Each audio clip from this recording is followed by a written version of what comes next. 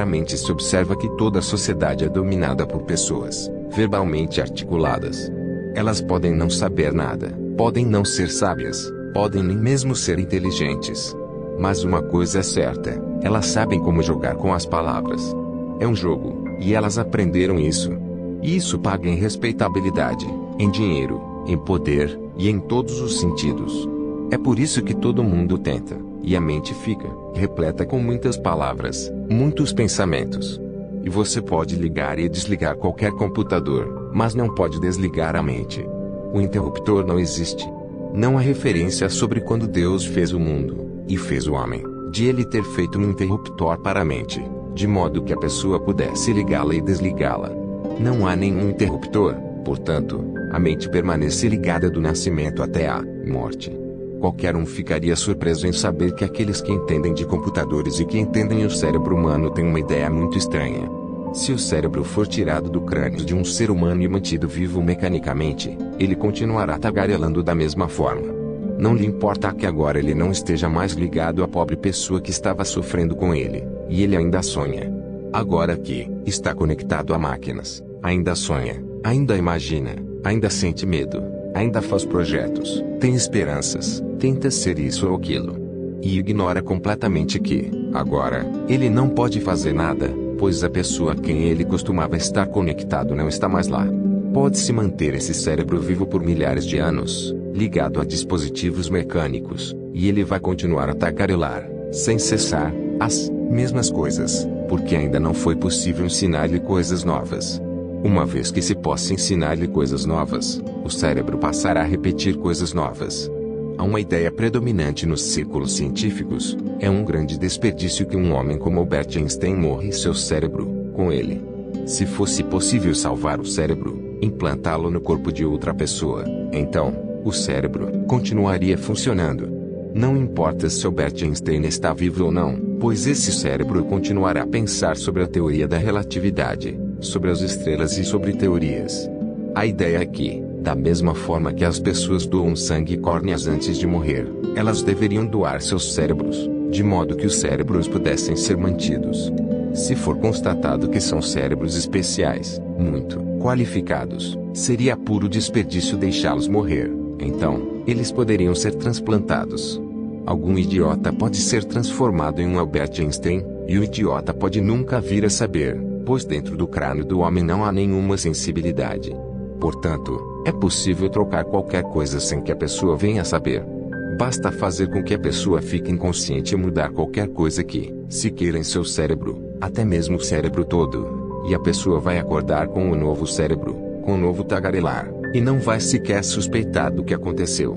Esse ato de tagarelar vem da educação, e é errado, porque ela ensina apenas metade do processo, ou seja, como usar a mente.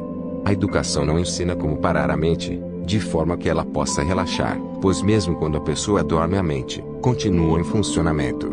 A mente não conhece o sono. 70 anos, 80 anos, e a mente trabalha sem cessar. Se for possível educar. E é disso que estou tentando convencer as pessoas, de que é possível. A isso se dá o nome de meditação.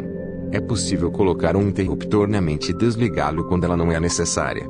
Ele é útil de duas formas. Em primeiro lugar, ele proporciona uma paz, um silêncio à pessoa, como ela nunca conheceu antes, e, além disso, lhe proporciona um conhecimento de si mesma, o que não é possível em função da mente tagarela.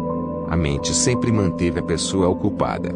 Em segundo lugar, ele vai dar descanso à mente também. E se for possível dar descanso à mente, ela terá maior capacidade de fazer coisas, com mais eficiência, mais inteligência. Assim, em ambos os lados, no lado da mente e no lado do ser, as pessoas vão ser beneficiadas. Basta aprender como fazer com que a mente deixe de funcionar, como dizer a ela: basta, agora vá dormir. Eu estou acordado, não se preocupe.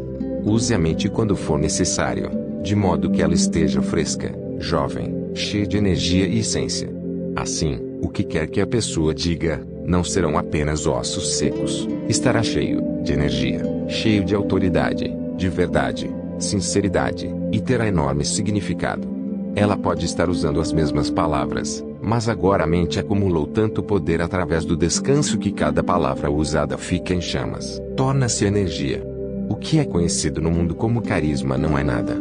É simplesmente uma mente que sabe como relaxar e deixa a energia acumular. De modo que, quando fala, é poesia. Quando fala, é evangelho. Quando fala, não precisa apresentar nenhuma evidência ou lógica, pois apenas a própria energia é suficiente para influenciar pessoas. E as pessoas sempre souberam que há alguma coisa. Embora nunca tenham sido capazes de identificar exatamente o que é que elas chamam de carisma. Talvez seja a primeira vez que digo às pessoas o que é carisma, porque sei de supor, experiência própria. Uma mente que trabalha dia e noite está sujeita a ficar fraca, entediada, inexpressiva e, de alguma forma, se arrastando. No máximo, é utilitária, ou seja, para aquele que vai comprar legumes é útil.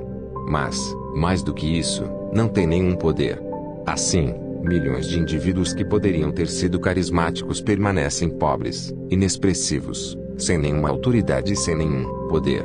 Se isso for possível, e é possível, aquietar a mente e só usá-la quando necessário, e de fato é possível, então, ela vem com uma força impetuosa. A mente acumula tanta energia que cada palavra pronunciada vai direto ao coração do outro. As pessoas acham que essas mentes de personalidades carismáticas são hipnóticas, mas não são. Elas são realmente muito poderosas, muito frescas. É sempre primavera. Isto é para a mente. Para o ser, o silêncio abre um novo universo de eternidade, de imortalidade, de tudo o que se pode pensar em termos de graça, de bênção. Daí a minha insistência de que a meditação é a religião essencial, a única religião. Nada mais é necessário. Tudo mais é ritual não essencial. A meditação é só a essência, a própria essência.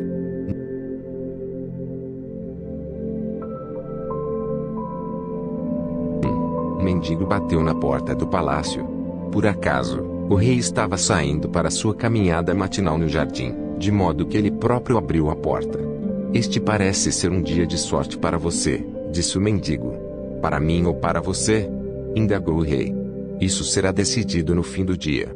Sou um mendigo, e peço apenas uma coisa. Tenho essa tigela de esmolas. Pode enchê-la com qualquer coisa que você queira. Falou o mendigo. O mendigo parecia um pouco estranho. Seus olhos eram os de um místico, e seu discurso não era o de um mendigo, e sim de um imperador. Toda sua aura era de imensa autoridade. O rei ordenou que o seu primeiro-ministro enchesse a tigela do mendigo com moedas de ouro, para que pudesse lembrar que batera na porta de um rei, e que ele foi um afortunado. O mendigo riu. Qual é o problema? Questionou o rei. À noite tudo será decidido, afirmou o mendigo, cujo comportamento era estranho, porém muito atraente também. Ele era um homem bonito. E, então, o problema começou.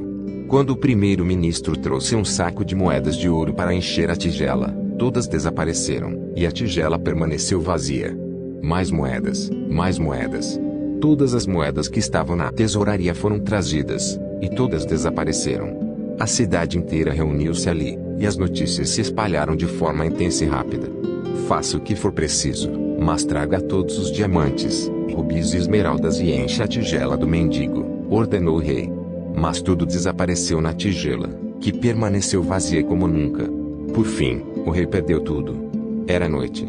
O dia todo houve entusiasmo por toda a cidade. O rei era teimoso, mas agora não adiantava. Ele não tinha mais nada para dar. Ele caiu aos pés do mendigo e lhe perguntou o segredo da tigela. É uma tigela mágica. É noite e você me disse repetidas vezes, à noite, ao pôr do sol, tudo será decidido. Agora é a hora. E, de certa forma, tudo está decidido. Eu fui derrotado por um mendigo. Mas você não é um mendigo comum. Tudo o que quero saber é qual é o segredo dessa tigela de esmolas. Não é um segredo, é algo que todo mundo sabe. Basta olhar atentamente para a tigela de esmolas. Ela é feita do crânio de um homem, esclareceu o mendigo. Não entendo, disse o rei. Ninguém entende. Dentro do crânio do homem está a mente. Despeja-se tudo nela e tudo desaparece. Ela está sempre pedindo mais, e está sempre vazia. Ela é sempre um mendigo, não se pode mudar isso. A única coisa que pode ser feita é compreendê-la e livrar-se dela, esclareceu o mendigo. Esta é a sua situação também. Você não conseguirá satisfazer a si mesmo se ouvir a mente. No entanto, se não ouvir a mente, nesse exato momento a satisfação será toda sua. Pode-se escolher entre o sofrimento da mente, porque a mente permanecerá sempre infeliz, pedindo, cada vez mais, pois esse desejo é